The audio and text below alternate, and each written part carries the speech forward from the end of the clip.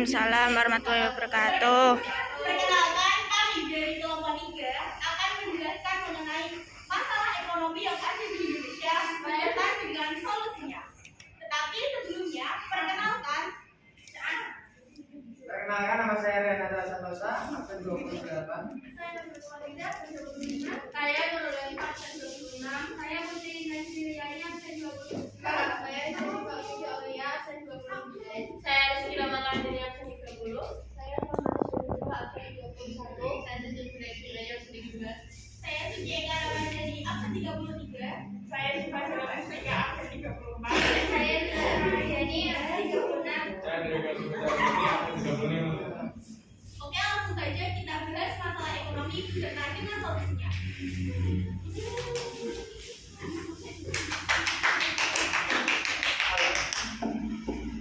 Oke, yang pertama ada inflasi. Inflasi itu adalah kenaikan harga barang dan jasa secara umum terus menerus jangka waktu tertentu. Lalu ada penyebabnya. Yang pertama ada meningkatnya permintaan. Yang kedua ada meningkatnya biaya produksi. Contoh dari inflasi itu adalah harga minyak goreng di Kalimantan Tengah melambung. Kan kalian juga tahu ya kalau harga minyak goreng itu kemarin itu melambung tinggi, mahal sekali. Nah itu adalah contoh dari inflasi.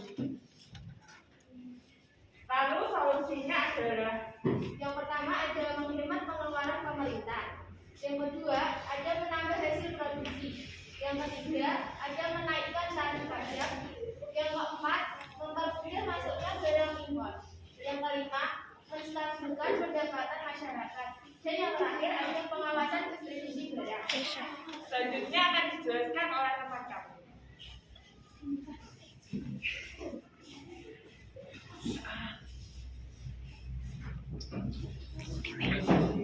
Oke, jadi tadi sudah dijelaskan oleh teman saya yaitu mengenai inflasi.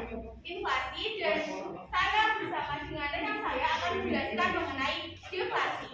Tetapi sebelumnya apa sih deflasi itu? Nah, tadi kan inflasi.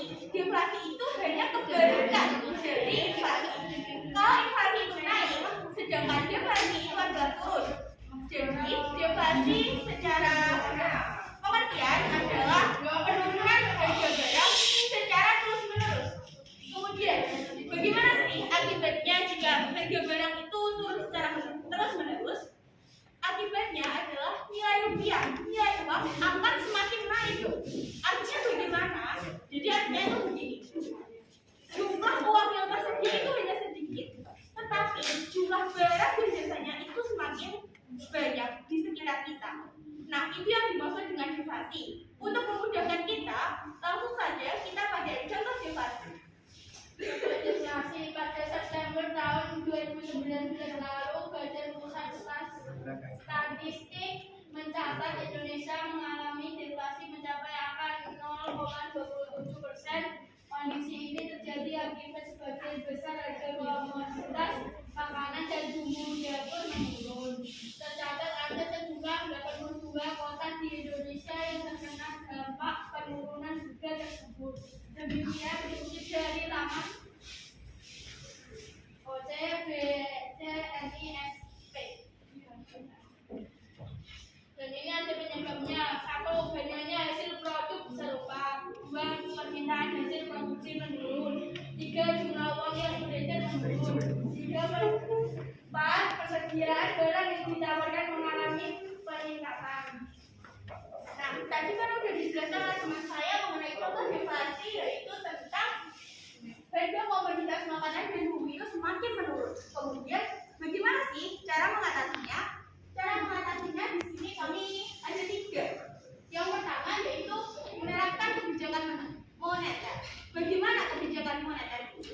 Kebijakan moneter itu kebijakannya itu yang dikeluarkan oleh pihak bank sentral, di mana tujuannya itu agar nilai rupiah ini loh tetap stabil, tidak naik, tidak turun. Kemudian yang kedua adalah menerapkan kebijakan fiskal. Kebijakan fiskal ini biasanya dikeluarkan oleh pihak pemerintah agar pengeluaran dan pendapatan dari untuk negara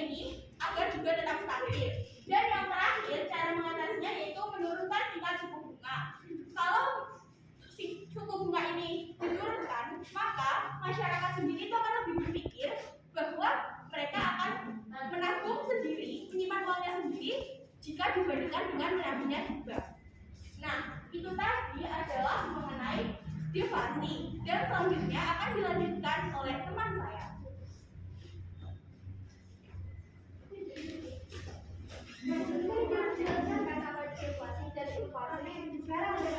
Apa sih itu kelangkaan? Kelangkaan adalah kondisi di mana manusia memiliki sumber daya ekonomi yang terbatas untuk memenuhi kebutuhan yang terbatas. Sumbernya itu dari kebutuhan ekonomi yang bersifat miskin.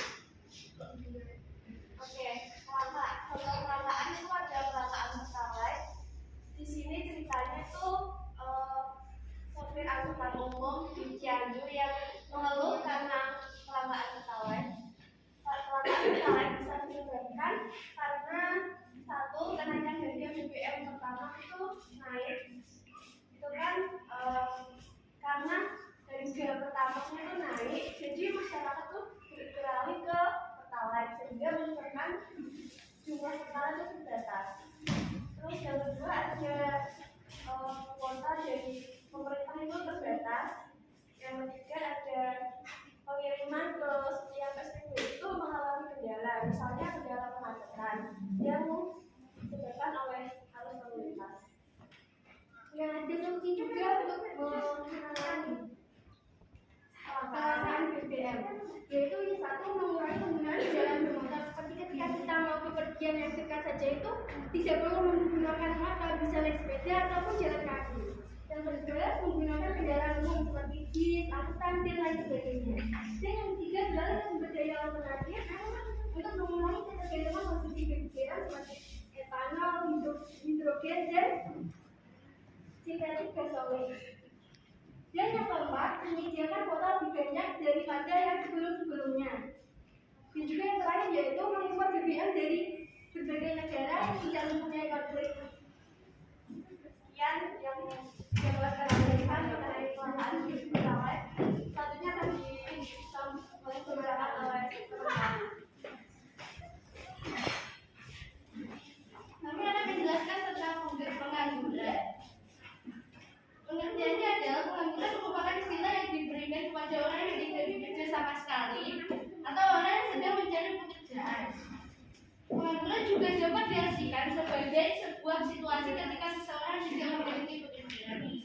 Di sini ada contohnya yaitu angka kemiskinan Kabupaten Cilacap tahun 2021 naik sebesar 0,21% atau 3.110 jiwa menjadi 11,67% atau 201.710 jiwa menuju miskin.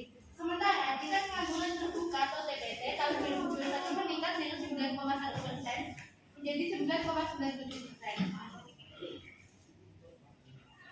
Oke, dari pengertian dan contoh, di sini ada contoh dari pengangguran. Yang pertama ada kriminalitas meningkat.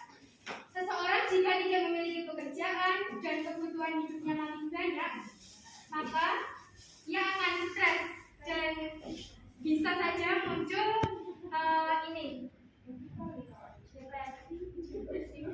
muncul niat untuk melakukan kriminalitas, misalnya mencuri, membegal, dan sebagainya. Lalu ada pemborosan sumber daya manusia, pendapatan nasional menurun.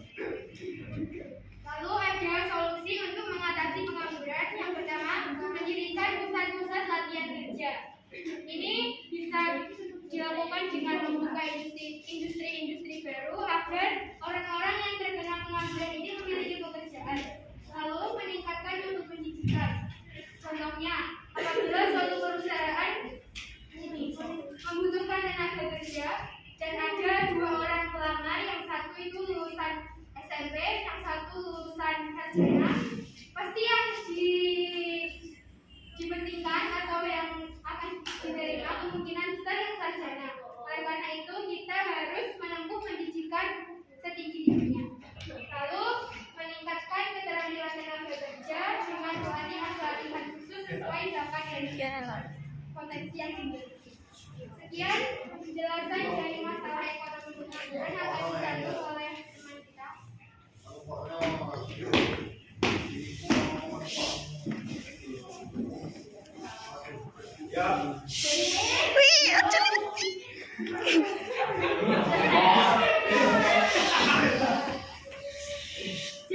resesi adalah fase di mana pertumbuhan ekonomi suatu negara menjadi lambat atau buruk. Contohnya, Indonesia pernah mengalami krisis ekonomi pada tahun 1998. Saat itu, krisis mata uang dengan finansial menjerat Indonesia. Akhirnya proyeksi ekonomi nasional mengalami pertumbuhan yang inflasi Indonesia melonjak hingga 7,7%, sementara ekonomi terkontraksi 13,7%. Krisis tersebut kemudian menjadi dengan kekuasaan Orde Baru yang telah berkuasa selama 20 tahun di Indonesia. Jadi penyebab resesi adalah seperti keseimbangan produksi dan konsumsi, nilai imbal lebih besar dari ekspor, inflasi atau deflasi yang tinggi. Cara mengatasi resesi ada tiga. Yang pertama, bantuan UMKM, penempatan dana di perdagangan. Yang ketiga, belanja pemerintah besar-besaran. Selanjutnya akan dilanjutkan oleh teman kita.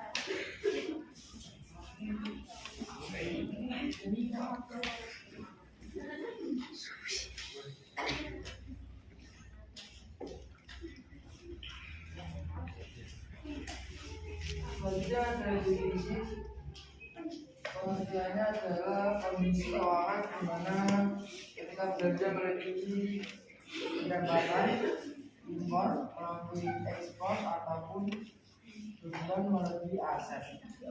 Kemudian ada jenis-jenis defisit. Yang pertama adalah defisit anggaran. Defisit anggaran ini pengeluaran suatu negara lebih besar daripada pendapatan negara. Terus biasanya negara membayar dalam bentuk utang negara. Mungkin yang kedua ada defisit perdagangan. Defisit perdagangan itu seperti nilai impor itu lebih tinggi daripada nilai ekspor.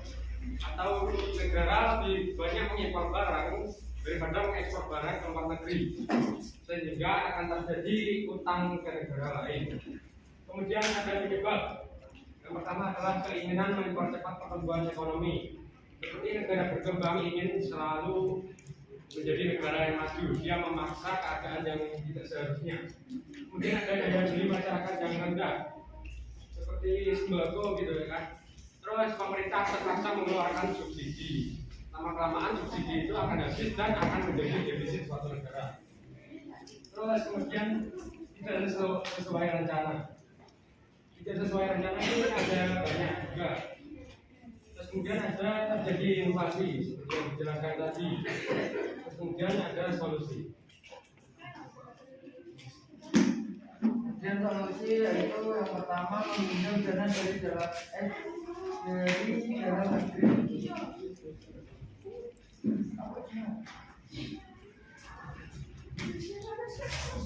Kemudian ada yang kedua mengurangi pengeluaran.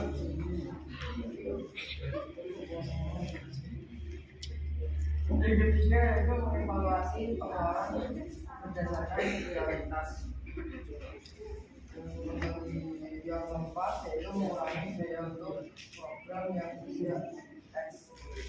Nah, di sini ada contoh defisit. Di mana ketika masyarakat tidak mampu untuk membeli komoditas seperti sembako, pendidikan, BBM, transportasi, juga listrik, besar kemungkinan negara akan mengalami defisit.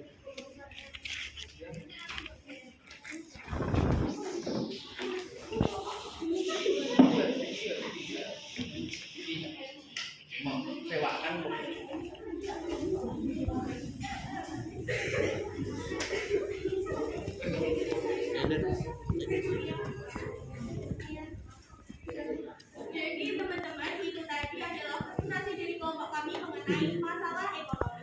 Kesimpulannya adalah di Indonesia ini ada banyak sekali masalah ekonomi. Namun di sini kita hanya mengangkat beberapa. Jadi masalah